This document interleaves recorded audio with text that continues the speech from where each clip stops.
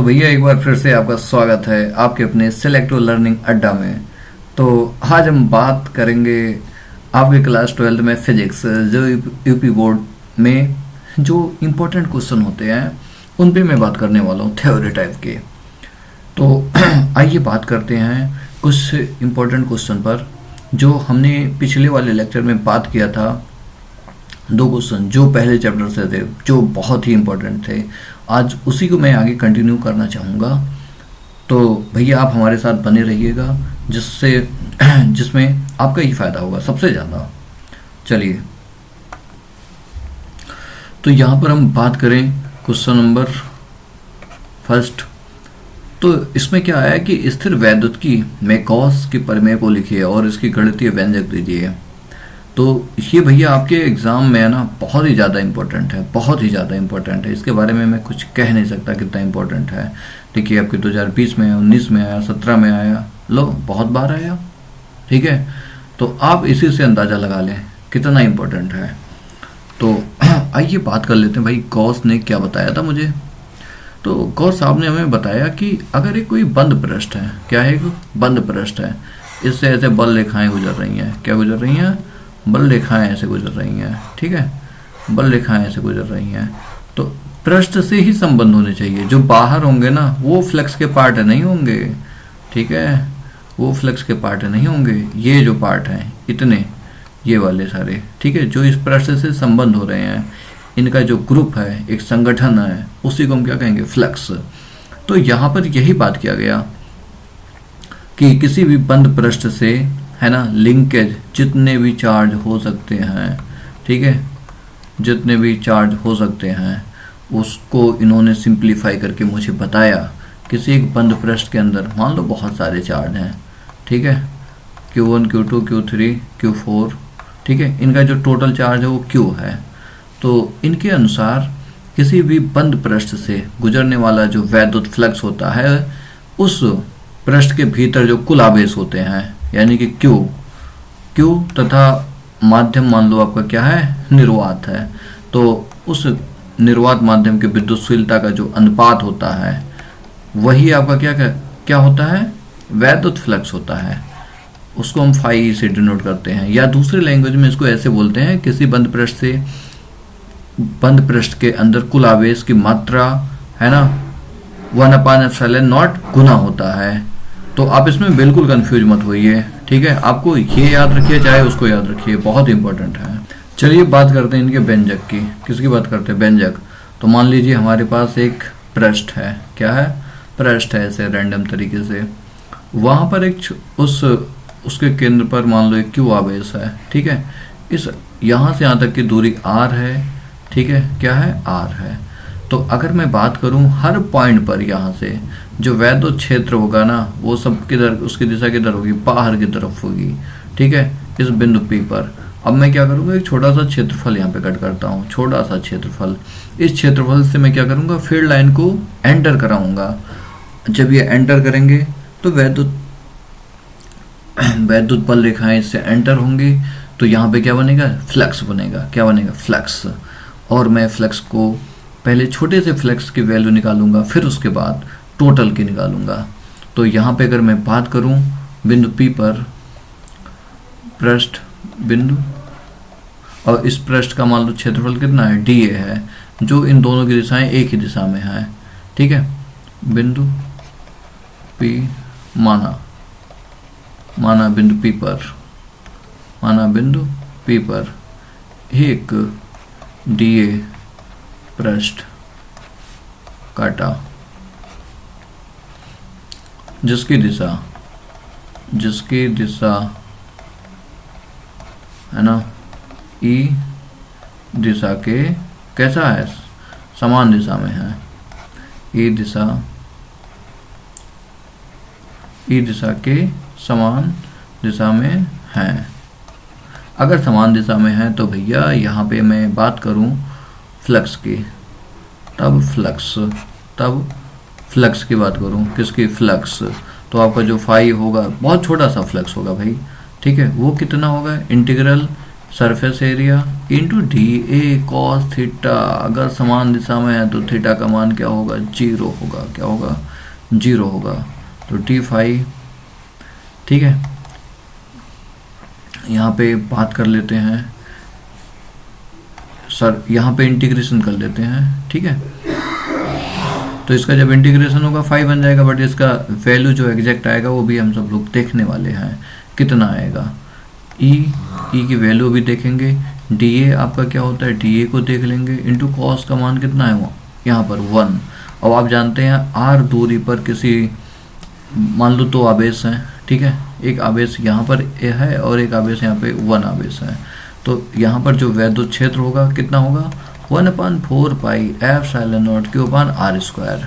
अगर यहाँ पे मान रख दी जाए भाई तो 1/4 पाई एप्सिलॉन नॉट, ठीक है, क्यू अपान कितना, आर स्क्वायर। अब यहाँ पे क्या बचा है, डी ए। अगर किसी तरह से डी ए की वैल्यू आ जाए तो हमारा आंसर आ सकता है 1/4 पाई एप्सिलॉन नॉट क्यू अपान क्या, आर स्क्वायर। और इंटीग्रेशन किसका होगा, डी ए का, क्योंकि यहाँ पे सारे टर्म वेरिएबल नहीं है। और डी ए का करेंगे। अगर मान ली जाए भाई ये जो पृष्ठ है क्या है, गोला है। क्या है, गोला। तो एक गोला है तो गोले का जो सरफेस, इंटीग्रल सरफेस एरिया होता है वो आपका होता है भाई डी ए। कितना होता है, 4 पाई आर स्क्वायर होता है। क्या होता है, 4 पाई आर स्क्वायर होता है। तो यहाँ पे कोई डाउट है नहीं। तो यहाँ पे मान रख दूँ मैं तो 5 बराबर आ जाएगा आपका 1/4 pi epsilon naught Q upon R square. D A का मान कितना, 4 पाई आर स्क्वायर। देखिए 4 पाई और आर स्क्वायर कट गया तो 5 बराबर क्या आया, क्यू अपान एप्सिलॉन नॉट। ये इनका गणितीय व्यंजक हो गया। ये बहुत एक शॉर्ट मेथड है, ठीक है, कोई दिक्कत नहीं है, आप बहुत आराम से कर सकते हैं, बहुत ही ईजी तरीका है, ठीक है। चलिए बात करते हैं अपने नेक्स्ट क्वेश्चन पर। वो भी क्वेश्चन आपके बोर्ड के लिए बेहद इंपॉर्टेंट है। यहाँ पर आता है आवेश के पृष्ठ घनत्व से क्या तात्पर्य है, ठीक है। गॉस के प्रमेय के आधार पर असीमित या अनंत विस्तार वाली आवेशित समतल चादर के निकट किसी बिंदु पर वैद्युत क्षेत्र की तीव्रता का सूत्र स्थापित कीजिए।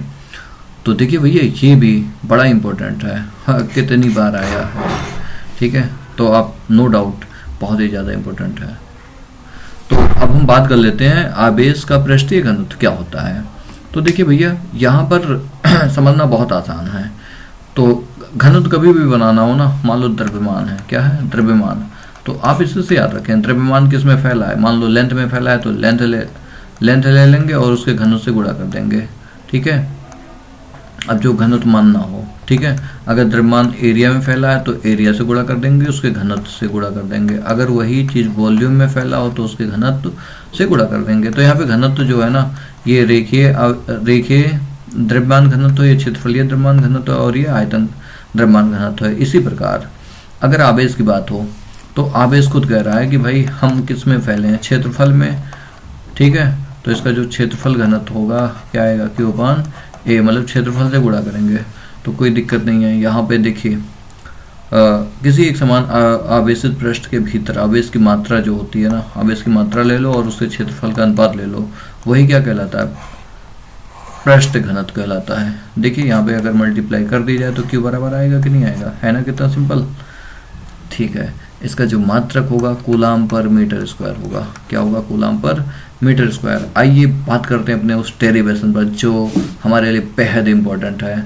इसको बहुत ही ईजी तरीके से करते हैं, अगर बुक से कर दिया जाए तो बहुत ही ज़्यादा बड़ा होता है, ठीक है। आइए समझते हैं। तो हमारे पास एक चादर है, क्या है, चादर। आइए मैं चादर पहले बना लेता हूँ। तो अपने पास यहाँ पर एक क्या है, समतल चादर है। ये बहुत बड़ा है, बहुत बड़ा है, हमारे उम्मीद से बहुत ज़्यादा बड़ा है, ठीक है। तो हमें क्या करना है ना, इसके निकट मान लेते हैं कोई बिंदु P है, क्या है, एक बिंदु P है, जहाँ पर मुझे क्या निकालना है, वैद्युत क्षेत्र की तीव्रता। अब हम भाई कैसे निकालेंगे, यहाँ पे बहुत सारे आवेश हैं तो मुझे क्या करना पड़ता है, कल्पना करना पड़ता है कि ऐसा क्षेत्र हो जो वैद्युत क्षेत्र के लंबवत दिशा में हो, मतलब उसकी जो दिशा हो, क्षेत्र की दिशा या तो लंबवत दिशा में हो या तो समान दिशा में हो, फिर हमारा तुरंत काम बन जाता है फ्लक्स से। तो ऐसा ही कोई एक पृष्ठ बनाना है कि इस पृष्ठ से जब वो होके जाए ना तो या तो लंबवत हो या तो समान दिशा में हो। तो भैया हम बात कर सकते हैं यहाँ पर हमारे दिमाग में ऐसा कुछ आ रहा है, एक बेलनाकार पृष्ठ, ठीक है। तो यहाँ पर सारे बात लिख दिया गया है कि भाई हमें पी बिंदु पर क्या निकालना है, वैद्युत क्षेत्र। तो इसको ज्ञात करने के लिए हम क्या करते हैं, एक बेलनाकार पृष्ठ बनाते हैं। कहाँ पर बनाते हैं, कहाँ पर बनाते हैं भाई, इसी पृष्ठ पर बनाते हैं, काटते हैं, क्योंकि बहुत बड़ा है ना, तो छोटे पृष्ठ की वजह से निकाल लेते हैं। ऐसे ही सभी की वजह से होगा, क्योंकि यहाँ पे जो बल रेखाएं होंगी एक समान दिशा में होंगी, समांतर होंगी, इसलिए यहाँ पर मैं ऐसा कर सकता हूँ, ठीक है। तो यहाँ पर आप देख सकते हैं एक हमने बेलनाकार पृष्ठ बनाया है, ठीक है, जो एक काल्पनिक है, ठीक है। मान के चलते हैं ऐसे वैद्युत बल रेखाएं यहाँ से ऐसे कहीं, और इसी के पीछे जस्ट ऐसे भी जाएंगे, यानी कि समान दूरी है, ठीक है। तो मुझे क्या निकालना है, यहाँ पर वैद्युत क्षेत्र निकालना है, ठीक है। चाहे भाई देखो, इसकी बल रेखाएं इधर से भी जा सकते हैं, उधर से भी जा सकते हैं, तो हमने दोनों तरफ से समान पृष्ठ दोनों तरफ हमने खींचा है, ठीक है, जो इसके अक्ष से होके जा रही हैं। अब हम क्या करने वाले हैं, वेलन के दोनों सिरों से होकर जाने वाले वैद्युत फ्लक्स का क्या निकालेंगे, वैद्युत फ्लक्स निकालेंगे। आइए, फाई जो कुल आएगा ना, यहाँ पे कितने पृष्ठ होंगे, एक पृष्ठ ये है, एक पृष्ठ ये है, एक पृष्ठ ऊपर वाला है, 3 पृष्ठ हैं, ठीक है। तो मैं नंबरिंग कर दे रहा हूँ, 1 2 3, 3 पृष्ठ हैं। तो यहाँ पे हम बात करेंगे पहले पृष्ठ से फ्लक्स, किससे, पहले पृष्ठ से फ्लक्स। तो ये मान लो 1 है, कितना आएगा, E इंटू डी ए लिखते हैं, प्लस दूसरे पृष्ठ से into D A plus flux third पृष्ठ के लिए इंटू डी ए। अब यहाँ पर आप देखिए ध्यान से, फाई बराबर पहला पृष्ठ, ध्यान से देखिए, पहला और दूसरा पृष्ठ, पहले पृष्ठ को देखिए, इसकी दिशा डी ए की इधर है, समान दिशा में है। कैसे, किस दिशा में, समान दिशा में है। अगर समान दिशा में है तो मैं इनको क्या कर सकता हूँ, सॉल्व कर सकता हूँ जी। कितना आएगा, अगर समान दिशा में है तो दोनों के बीच में कितने का कोण बनेगा, 0 का बनेगा। तो कोई बात नहीं, ई तो सबके लिए समान होगा, ठीक है। और इंटीग्रेशन किसका होगा, डी ए का होगा, प्लस यहाँ पर दूसरे पृष्ठ से बात की जाए तो इसका पृष्ठ ऊपर की तरफ है और इसका पृष्ठ इधर है, तो कितना कोण बना, 90। जब भी ई और डी ए के बीच में 90 का कोण बनता है, कितने का, 90, तो फाई का मान क्या होता है, 0। कैसे, क्योंकि cos 90 कितना होता है, 0 होता है। क्या होता है, cos 90 0 होता है। अगर डॉट हटाएंगे तो क्या आएगा, E D A cos 90 plus, अगर थर्ड के लिए बात की जाए तो दोनों एक समान दिशा में है, किस दिशा में, समान दिशा में है, तो ये इनका वैल्यू कैलकुलेट होगा, ठीक है। तो आइए देखते हैं इनको, इसका मान तो 0 हो गया, ठीक है। ई इंटू डी ए, क्या भाई, डी ए बड़ा होगा, एक दिन इसका पृष्ठ मान लेते हैं, टोटल कितना, ए, तो कितना आ जाएगा, ए प्लस इसका मान 0 हो गया, इसका भी इंटीग्रेशन करेंगे, कितना आएगा, ई ए, ठीक है, क्योंकि दोनों की वैल्यू समान है, ई और डी ए की। जब समान है तो ये टोटल ऐड हो जाएंगे, 2EA, ठीक है, फाई बराबर। लेकिन इसी के बाद मैं लिखूंगा किंतु परंतु लेकिन, किंतु परंतु लेकिन, किंतु गॉस नियम के अनुसार, गॉस नियम के अनुसार, ठीक है, क्या होता है, उन्होंने बताया था भाई, फाई बराबर क्यू अपान एप्सिलॉन नॉट होता है। अच्छा, तो अभी आपने देखा था क्यू बराबर क्या आएगा, हाँ अभी ऊपर बताया था ना, यहाँ पे देखिए ये चीज़, क्यू बराबर क्या आएगा, सिग्मा इंटू ए। सिग्मा क्या होता है, उसका पृष्ठ घनत्व है, अगर इसका पृष्ठ घनत्व कितना हो, सिग्मा हो, ठीक है। तो भाई देखिए यहाँ पर क्यू बराबर कितना, सिग्मा इंटू ए, तो रख देंगे मान, फाई का मान यहाँ से रखा जाएगा यहाँ पर, ठीक है। 2EA बराबर क्यू का मान कितना, sigma into A upon epsilon naught, ए से ए ने काट दिया, ए को ए ने काट दिया, ई बराबर कितना आया, सिग्मा अपान 2 एप्सिलॉन नॉट।